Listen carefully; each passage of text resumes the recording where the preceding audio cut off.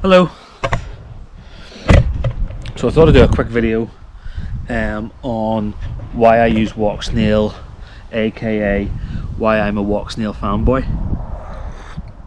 The term fanboy has become very loaded, and I have no problem with saying that I am a Walksnail fanboy. A fanboy means that you've bought into a system, you've invested in it, and you want it to do well and succeed. Well then sure, I'm a fanboy.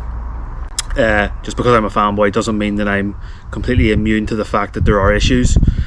I think the fact that I've invested into something means that I'm acutely aware of the issues and I want the issues resolved. We don't hide our head in the sand from them. We point them out and we want them to disappear. So yeah, if I'm a Walksnail fanboy, so be it. I run Walksnail predominantly. I still have some analog quads. I have tried HD0 in the past. I've used DJI. I don't have the will or the capital to buy all the systems to be able to say that I'm completely impartial. I am impartial to the point that I've read enough, I've watched enough, and I formed my opinion based on multiple sources. So why do I use Walksnail? It's a difficult thing to try and convey. There's many kind of facets to it. The basics of it is it's a jack of all trades, master of none system, and my FPV life is effectively that. I dabble in all aspects of FPV. FPV isn't just 5-inch freestyle quads, it's everything from 65mm whoops up to 2-meter wings flying long range to ground craft, and I dabble in all of that. And Walksnail is effectively the only system that allows me to do that within one ecosystem. It has various array of hardware that it lets me do that. One set of firmware that's more or less unified lets me do that. So I use Walksnail because it is a system that lets me explore every aspect of the FPV hobby simply and easily. So how I ended up using Walksnail is kind of a long-winded thing. The shortened version is that when I got into FPV, it was only analog. Digital came shortly afterwards with DJI, and when DJI was released, I'd already invested in a decent set of analog goggles, decent set of analog cameras and VTX and things like that, and I wasn't just going to drop all of that and buy into a new system. Goggles of course were quite expensive when they came out. There was only the Air unit, which were quite large, so it would have meant that I was running multiple systems and it just didn't seem worth it to me.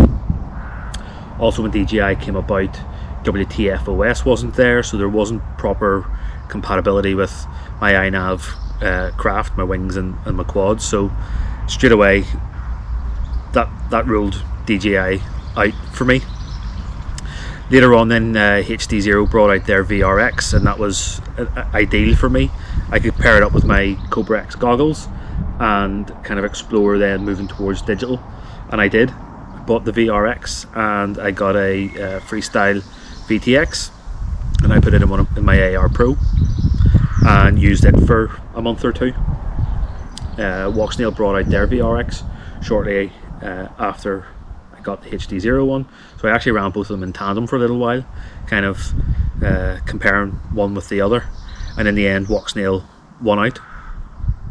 So I was able to use my Cobra X goggles on my analog things with the VRX on the front, and over time I could invest in Walksnail VRX that I could put into the more used of my craft, and slowly went across the whole fleet, and mostly my fleet now is Walksnail. Once the balance had been tipped and I had more Walksnail craft than I had analog craft, then that's when I bought the Goggle X. On my Cobra X now effectively don't get used. Most of my stuff is on Walksnail now, so I was able to invest in the Walksnail goggles. So it was a slow migration for me from one to the other, rather than having to just stop and change. Another aspect, the reason why I use Walksnail, and it's it's mentioned quite a lot, and I think it's an important thing though, is the community aspect. Walksnail are listening to the community. It may not seem like it all the time. They are striving to give the community what they want. The community, as I've mentioned, is based on every aspect of FPV, not just freestyle 5-inch. So Walksnail have released things for whoops. They're releasing things in the future that will incorporate other aspects of FPV into their kind of their brand. So they are listening to the whole scope of FPV. Of course, from their perspective, it's a business move. They want more people. They want to tap into other markets, which is completely fine. But for us as a community, it means that we can dabble in other aspects of FPV that were, or we can make things FPV that weren't supposed to be FPV. So the aspect of them listening to us and giving us things that we've been asking for, I think is a good thing. Now obviously there's lots of things that people have been asking for that haven't shown up and may not show up. Of course there's going to be reasons for that, technical reasons, business reasons, but on the whole they are striving to give us what we want, because at the end of the day it'll line their pockets with more money from our wallets.